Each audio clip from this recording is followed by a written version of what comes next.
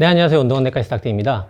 자, 오늘은 제가 감히 대선배님이라는 말로 다 표현할 수 없을 정도로 정말 이 시대의 큰 어른을 모셨습니다. 미국의 세계적인 암 전문 병원인 MD 앤더슨 암센터에서 30년 넘게 암 연구에 몰두하셨고요.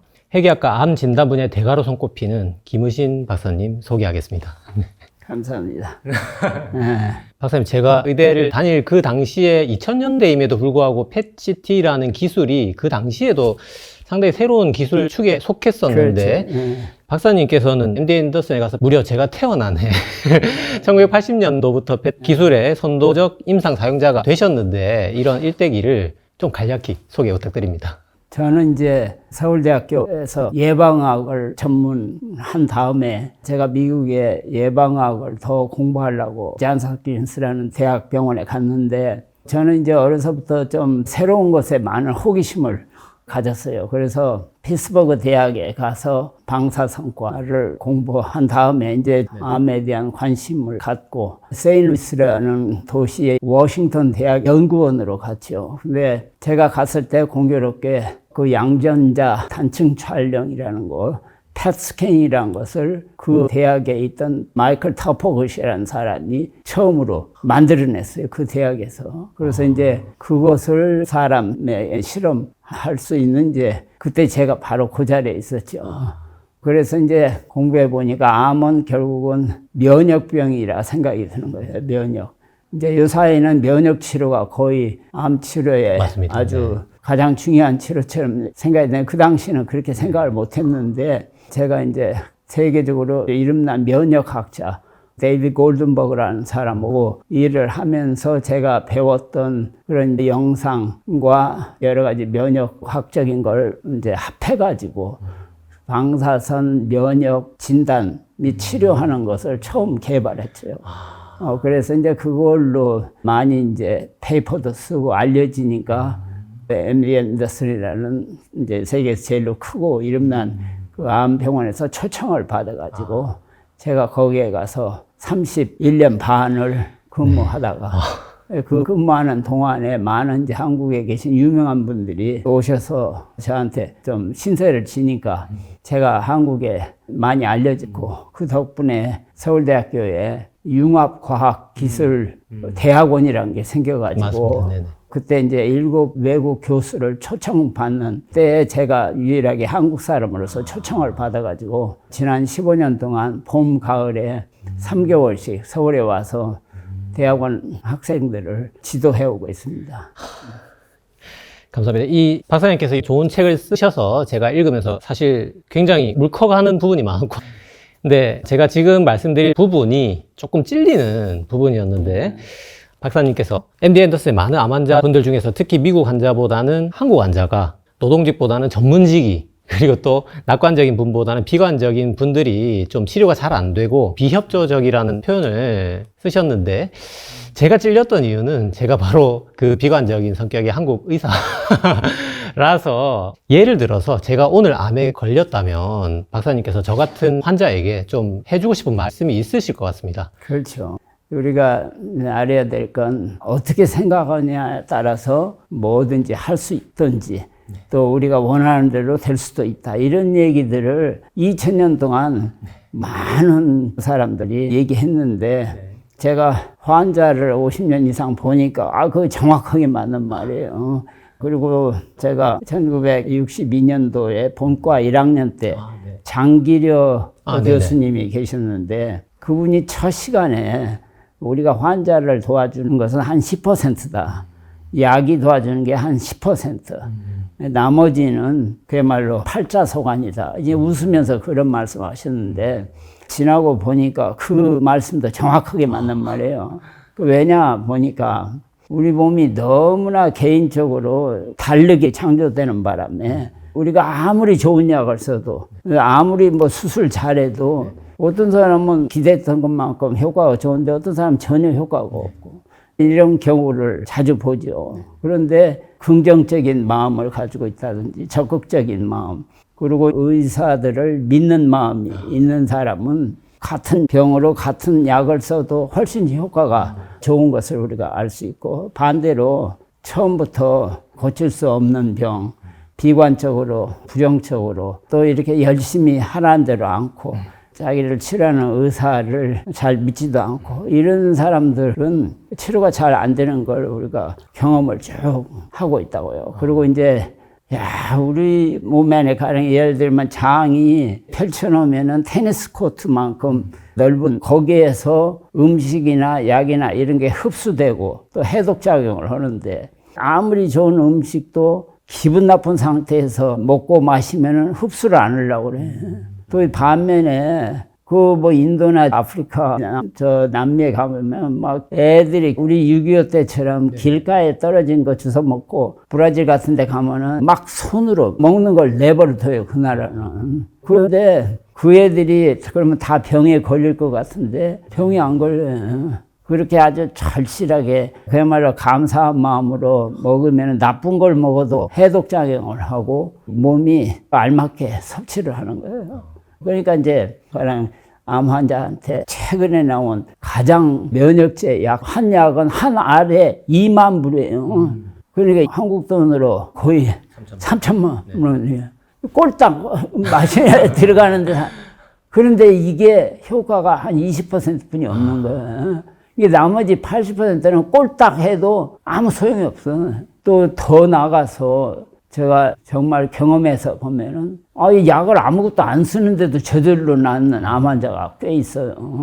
이런 건 과학적으로 설명을 할 수가 없어요. 그걸 연구해 보면은 우리 모든 사람의 몸 안에는 암을 일으키는 물질이나 요소가 있고 또 반대로 그걸 억제하는 게 동시에 있어요. 나쁜 것과 좋은 것들이 서로 균형을 이루고 있다고. 그걸 영어로는 이제 호메오스테이시스라고 하는데 이것이 깨지면 이제 병이 생기는 거예요. 이 뭐가 깨냐 해서 연구를 해보면 스트레스가 가장 심한 거예요. 이게 마음속에 근심, 걱정 이런 것이 많은 사람들은 절대로 병 치료가 잘 될 수가 없어요. 이 밸런스가 깨지기 때문에. 그래서 이제 제가 늘 미안한 얘기지만 한국 사람이 제일로 세계에서 치료가 안 돼요. 그 왜 안 되냐? 쓰잘데기 없는 근심 걱정을 세계에서 아마 제일로 많이 하는 것이 한국 사람 같아. 근심 걱정한다고 해서 달라질 게 하나도 없는데 재벌들은 자기가 죽으면은 한국 사람 다 굶어 죽을 것처럼 그렇게 착각을 해요. 지금 다 돌아가셨는데 한국어 굶어 죽었다는 얘기다 못 들어봤어요. 또 이제 여자들 같으면 자기 애들과의 문제 하얀 그런데 저 신기할 정도로 제가 보는 서양 환자들은 그런 사람들 거의 없어요. 그게 참 신기하고 그래서 제가 이런 얘기를 비교적으로 많이 했더니 선생님 한국 사람 기죽이는 얘기 그만 좀 하라고 저더러 그렇게까지 얘기하는 사람인데 제가 기죽이려고 이런 얘기를 하겠어요? 이게 조금 뭔가 좀 같은 치료를 받아서 치료 효과가 좋아야 되는데 안타깝게 치료가 안 돼요. 그 안 되는 주 원인이 의사들을 믿지를 안 해. 이 병은 전문가한테 맡겨야 돼. 하라는 대로 해야 돼. 근데 그냥 이 사람한테 갔다가 저 사람한테 갔다가 적어도 3사람을 고치고 병원도 3병원을 받고 다음에 결정을 자기가 하는 거예요. 전문가도 아닌데. 그러니까는 요새는 나쁜 암 같으면은 수술을 먼저 하지 않고 이제 항암 치료, 면역식 치료를 해서 전신 몸에 돌아다니는 눈에 안 보이는 암 세포를 억제든지 죽인 다음에 그 다음에 다시 검사해서 그 남아 있는 암 덩어리 그걸 제거해야만이 치료도 훨씬 쉽고 이렇게 하는데. 그걸 한국에 계신 암 다루는 분들이 다 알고 있는데 한국에 와서 보면 안 해요. 왜 하냐 하면 한국 환자들은 자기 몸에 암이 있다 하면 띄어내야지 잠을 잔대. 그러니까 한국 환자들은 수술을 너무 좋아해. 의사가 이거 수술을 하지 않고 약부터 치료한 다음에 결정합시다 하면은 얘하고 다른 병원으로 가. 그러니까 계속 치료가 안 되는 거야. 결국은 전문가한테 맡겨서 하자는 대로 하는 그런 믿음과 순종이 없는 거야. 그리고 이제 그 한 5년, 10년 치료하다가 지쳐가지고 이제 더 이상 치료 않고 그냥 마지막을 보내겠다 이렇게 해가지고 제가 아는 의사분들도 다 개업하는 거 때려치고 죽을 준비를 하는데 그냥 안 죽는 거야. 죽고 싶은데. 그런 사람이 한두 사람이 아니에요. 그 왜 그렇게 되냐 아무도 알 수가 없어요. 단지 이제 과학적인 설명은 그 깨졌던 밸런스가 제자리로 돌아온 거야. 여기저기 막 퍼지고 허전함이 어느 순간에 딱 자듯이 그대로 있어. 근데 보면은 그런 기적적인 현상을 보인 환자들은 가진 것이 많은 사람들은 한 사람도 안 생겨요. 왜냐면 그런 사람들은 죽기가 억울한 거예요. 제가 봐도 죽기가 억울하겠더라고. 그러니까는 이제 자기 자신을 포기했을 때, 그런 때 그런 게 일어나. 그만큼 우리 몸은 이 생각에 엄청난 차이 있어요. 그런 생각을 하면은 몸에서 어떤 활력소가 나오니까 그렇지. 뭐 요새는 이제 엔돌핀보다도 몇천 배 효과가 다이돌핀이라는 게 나온다. 이렇게 이제 설명도 하고. 그러니까 이 아무리 어려운 처지에 있는 환자라도 우선 이 병을 이겨내겠다는 의지가 있어야 돼요. 아까 한국인들 기죽이는 이야기를 조금 더 제가 여쭤보겠습니다. 사실 한국에서 그래도 암을 치료할 수 있다면 좀 사회에서 문화 인식이라든지 이런 걸 쓴소리라도 좀 받아들일 필요가 있다는 말씀이라고 저는 생각하는데, 이 암에 대해서 한국인과 미국인이 받아들이는 그 정도가 좀 다른 것 같습니다. 아주 다르죠. 미국 사람들은 암을 감기처럼 생각해. 그러니까 암은 만성병의 하나야. 그리고 제가 계속 강조를 하는 것이, 의사가 지금 고칠 수 있는 병이 하나도 없어. 많은 사람들이 의사가 병을 고칠 것처럼 착각을 해. 특히나 이런 이제 만성병, 못 고치는 병들을 무슨 제주도 사람이 서울대학 오면 고칠 것처럼 착각을 해. 그 서울 있는 사람이 MD 앤더슨 같은 병원에 가면은 고칠 것처럼 착각을 해. 그런데 그 MD 앤더슨 병원 같은 그 휴스턴도 거기 사는 사람들이 암 걸리면 그 병원에 오는 사람 거의 없어요. 그 왜냐하면 그 병원은 우선 제일로 비싸. 그리고 그 병원에서 치료해서 더 오래 살았다는 보고가 없어. 그러니까 미국 사람들은 굉장히 합리적이에요. 돈은 비싸고 오래 살든지 뭐 해야 되는데 그것도, 그런데 왜 가냐 이거야. 또 제가 개인적으로 도와준 사람이 1000명 정도 되는데 거기 와가지고 아마 더 빨리 죽었고 더 나빠졌지, 거기 와서 덕을 봤다는 사람 내 기억에 하나도 없어. 그리고 서울대학은 더하지. 왜냐면 우리는 미국서 한 환자당 최소 1시간 봐. 근데 여기는 3분 보는데 3분 동안에 환자 얼굴도 안 보고 그냥 컴퓨터 보고 자기 얘기하고 이렇게 해. 그러면은 치료가 상식적으로 생각해도 도저히 안 되잖아. 그런데 통계적인 수치를 보면은 한국 사람 치료가 전 세계에서 제일로 좋아, 결과가. 그게 왜 그러겠어? 사람이 치료하는 게 아니야. 그걸 알아야 돼. 아까도 제가 처음부터 얘기했지만 우리 몸은 우리가 할 수 있는 게 10% 뿐이야, 안 돼. 왜 한국 사람이 치료 성적이 좋냐 하면은 조기 진단을 하기 때문에. 미국은 정기 검진이란 게 없어. 근데 한국은 다행히 국가 정책으로 정기 검진을 하니까 치료가 쉬워지는 거예요. 조기 진단하면 수술하기도 쉽고 약의 반응도 훨씬 좋고, 그러나 완치는 여전히 못해. 장기적인 이제 관리를 해야지. 그리고 이제 더 중요한 것은 미국 사람들은 대부분이 죽는 것을 무서워하지 않아요.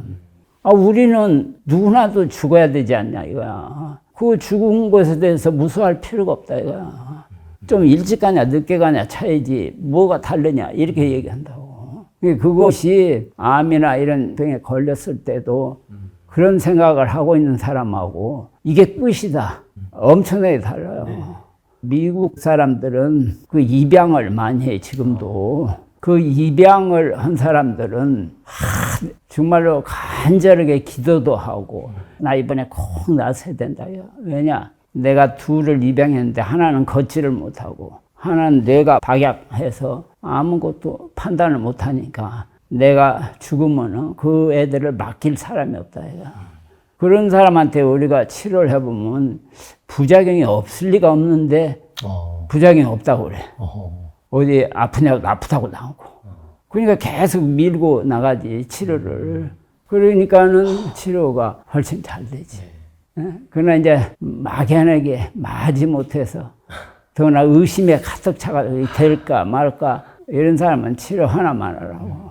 마음가짐이 상당히 중요하네요. 그리고 또 이제 한국에서 오신 분 중에 자기 아들, 딸이 성공해가지고 시골 할머니, 할아버지들 암 걸려서 왔는데 미국에 왔다는 자체로 그냥 너무 막 흥분돼가지고 하여간 미국 음식 아무거나 병원에서 주는 거 정말 막 흔적도 없이 다 그런 사람은 치료가 잘 되지. 기쁜 마음으로. 근데 서울에서 온 환자치고 먹는 사람도 거의 없어. 그냥 정말 아이고 처음부터 안 먹어.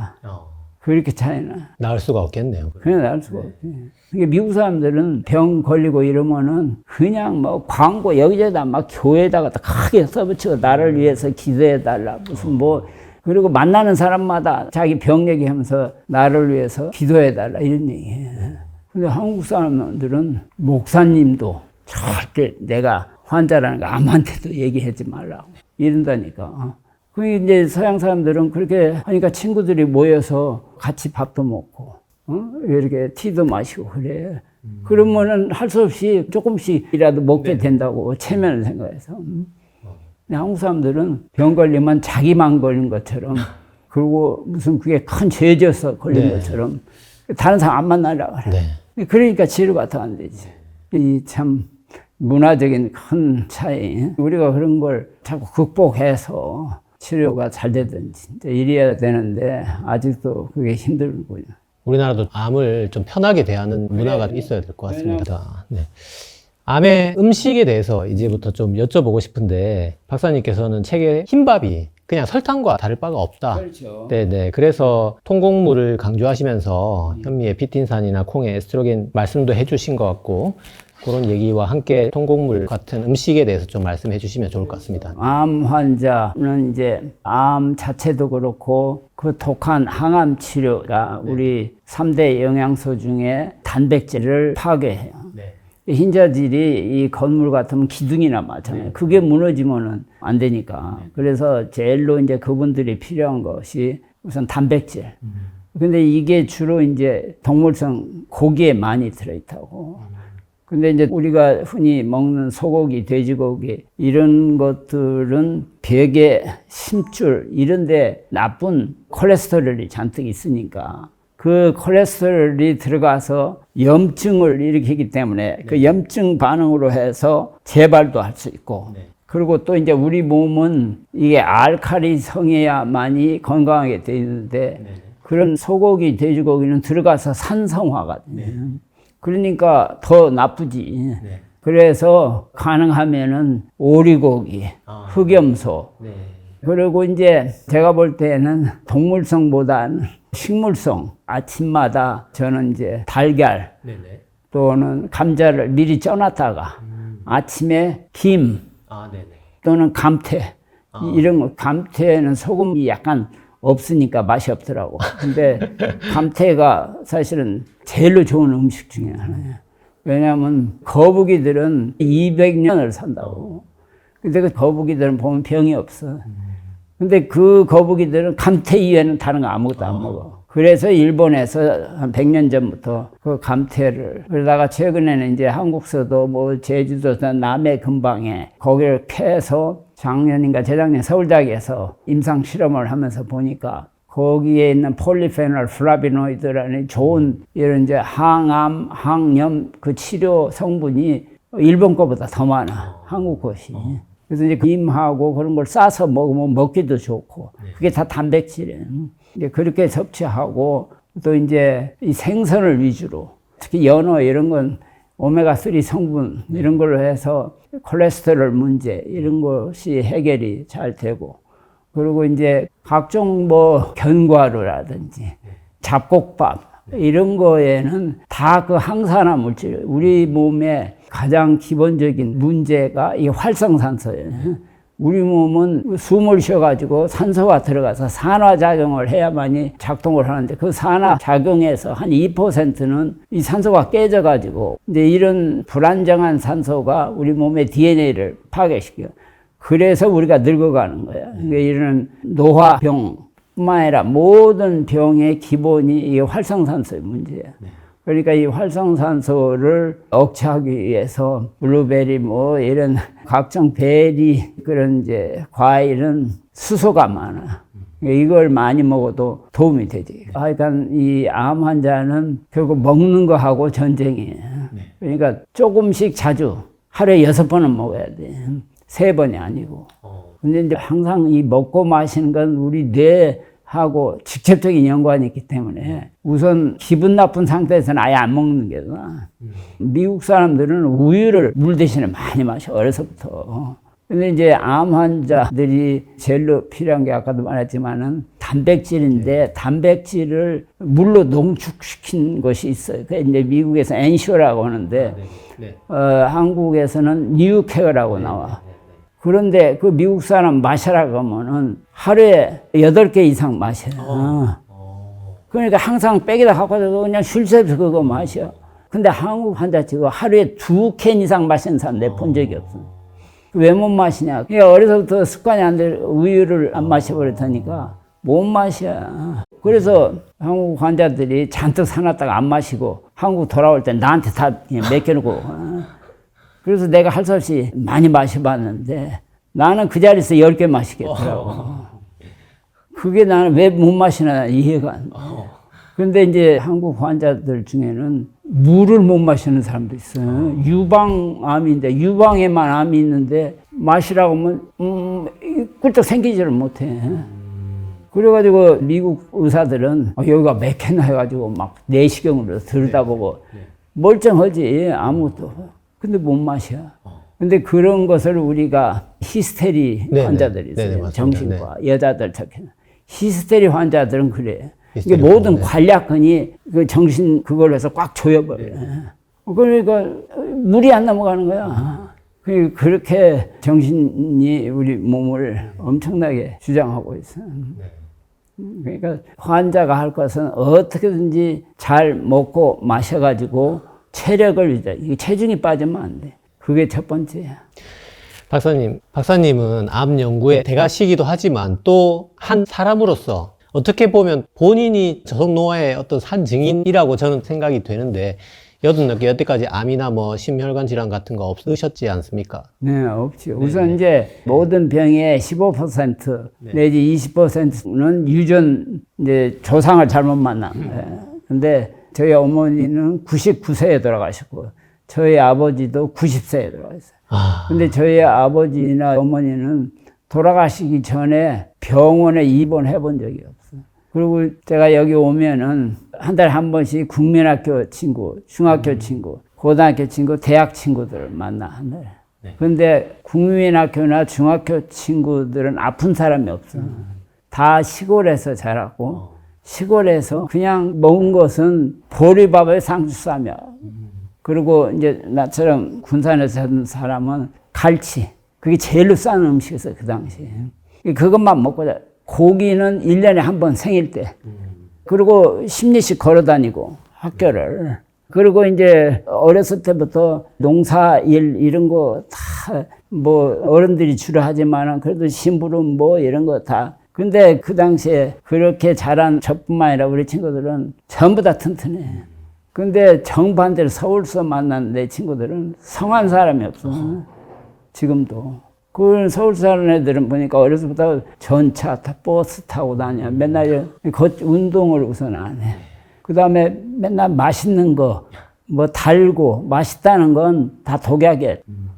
그런 거 뭐. 그러니까 이런 건강을 생각하면 이 젊은 엄마들이 정신을 차려야 돼. 그 귀한 자기 뭐 아들, 딸이다 해가지고 애들이 원하는 대로 습관을 들이면 못 고쳐. 이 3살 버들 8까지 간다. 정확하게 맞는 말이야. 그래서 이제 이 정신이 건강해야 몸도 건강해. 또 반대로 이 몸이 건강해야 정신이 건강해. 내 주위 요새 친구들 보니까 80이 넘으니까 이게 오락가락 해가지고 그냥 게을러져. 그러니까 점점 갈수록 이게 그냥 힘도 빠지고 정신도 흐리멍텅해지고 죽기만 기다리고 있어.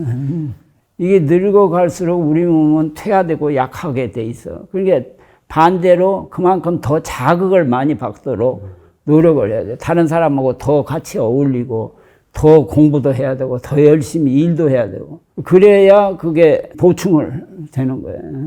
그러니까 나는 골프를 한 지가 15년뿐이 안 되는데 내 친구들은 막 4, 50년 이렇게 했는데 요새는 나하고 골프 칠 사람이 없는 거야. 옛날에는 내가 너무 늦게 시작하니까 나하고 골프 치자고 하는 친구가 하나도 없었어. 근데 지금은 정반대가 돼버려. 그렇게 되는 거예요. 마지막 질문인데 제가 책을 읽으면서 너무 감명을 받아 실제로 정말입니다. 이 책을 다 읽고 유언장을 직접 작성을 해야겠다는 생각이 들어서 쓰게 됐는데 왜냐하면 아까 박사님께서 쭉 설명해 주셨던 게 결국 우리가 과학이 발전해도 암을 완전히 없앨 수는 없고 결국 같이 가야 된다면 맞습니다. 잘 지내기 위해서는 제가 죽음을 미리 준비를 해놔야겠다. 네네.는 생각이 들어서 그렇게 유언장부터 쓰게 됐는데 그거 잘하신 거예요. 그런 마음을 좀 평온하게 유지할 수 있는 방법에 대해서 좀 암뿐만 아니라 우리가 아는 모든 병들은 고칠 수가 없어요. 그리고 한 번 치료하면 죽을 때까지 약도 먹어야 되고 관리를 해야 돼. 그리고 우리가 이제 아까도 말씀하신 것처럼 미국 사람들은 유언장을 다 젊어서부터 미리 써놓지. 그리고 요새 이제 웰다잉이라고 해가지고 이 장례식도 죽은 뒤에 장례식 해봐야 아무 소용 없어요. 죽은 뒤에 장례식 뭐 때문에 해? 그 화환 뭐 수백 개가 들어오고 그거 전부 다 쓰잘데기 없는 짓이에요. 그래서 살았을 때 자기가 이제 앞으로 몇 년 못 살겠다 이런 이제 어떤 중병이 있든지 이러면은 파티를 하는 거야. 자기 이제 친구 친척 다 불러가지고 장례식을 하는 거야. 살았을 때 장례식. 그래가지고 하고 싶은 소리 다 하고 그 다음에 뭐 간단한 음악회처럼 불러다가 듣고 싶은 노래도 듣게 하고 내가 여러 번 참석해봤는데 굉장히 좋아. 그 죽기 되게 1, 2년 전에 자기가 알았을 때 그렇게 마지막 페스티벌에 잔치. 그래서 그런 것이 이제 프로모션이 돼 한국도. 죽은 뒤에 장례식 괜히 뭐 저 술 파티나 했었고 그것도 아무 소용없는 거예요. 우리는 짧은 인생을 살고 있어. 그런데 이 짧은 인생에 내가 어떻게 살아야 될까? 이것을 누구나 생각하고 있어야 돼. 그래서 뭘 하든지 간에 궁극적으로 남을 위해서 할 수 있으면 그게 가장 행복한 사람이 될 수 있고 가장 가치 있는 사람이 될 수 있어요.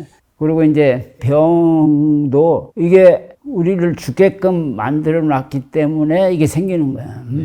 그러니까 억울하고 나 혼자만 이게 아니야. 누구든지 병 걸리게 돼. 60살이 되면은 통계적으로 최소한 1개 병이 있어. 80세가 되면 5개. 이렇게 돼 있어요. 평균적으로. 뭐 병이 있다고 해서 금방 죽는 건 또 아니야. 그러나 이제 가족력이 한 15%, 20% 중요한 병의 원인을 만들고 있으니까 늘 자기 집에 어떤 특별한 암, 특별한 병이 있으면 그 병에 대해서 온 가족이 공부를 해야 돼. 그리고 그거 전문가를 만나서 조언을 받아야 돼. 전문가가 하자는 대로. 그리고는 이 환자 자신은 그 치료를 잘 받기 위해서 체력을 유지하는 거. 그거 이외에는 할 게 없어. 그러면은 나머지는 팔자소관으로 돌려야 돼. 이 책은 12년 전에 나한테 왔다 갔다 하는 환자들이 내가 이런 얘기를 항상 하니까 그걸 어떻게 책으로 써주시오 해서 쓴 거예요. 그런데 이제 10년이 지나고 보니까 좀 수정을 해야 된다. 해서 이게 이제 수정으로 내가 좀 보태고 해가지고 만든 거예요. 근데 다행히 이걸 읽는 환자들이 몇 사람이 나한테 와서 자기가 암이 걸려서 죽으려고 결심을 했다가 이 책을 보고 죽지 않기로 했다. 이제 이런 그런 얘기를 들으면 굉장히 이 책을 쓴 보람이 있구나. 이제 이런 생각이 들어요. 제가 그 방송을 하다 보니까 저한테 책 의뢰가 굉장히 많이 오는데 근데 이 책은 제가 의학적인 걸 넘어서 좀 암을 대하는 태도라든지 뭐 삶을 대하는 태도라든지 이런 거에 대해서 제가 솔직히 성인이 되고 나서 가장 좀 감명 깊게 읽은 책 중에 하나라고 우리 시청자 여러분들께도 제가 자신 있게 말씀드릴 수 있을 만큼 많은 걸 좀 느꼈고 오늘 이렇게 뵐 수 있어서 너무 영광이었고 실제로 또 좋은 말씀 많이 해주셔서 제가 오늘 이 시간에도 좀 느낀 바가 많았습니다. 박사님처럼 환자의 병만 치료하는 게 아니고 마음까지 치료할 수 있는 또 태도도 알려드릴 수 있는 그런 의사가 되도록 노력하겠습니다. 네. 네, 오늘 출연해주셔서 감사하고, 다음에 또 박사님 모실 수 있는 기회를 꼭 기대하도록 하고, 오늘 영상 모두 마치도록 하겠습니다. 네, 감사합니다. 네.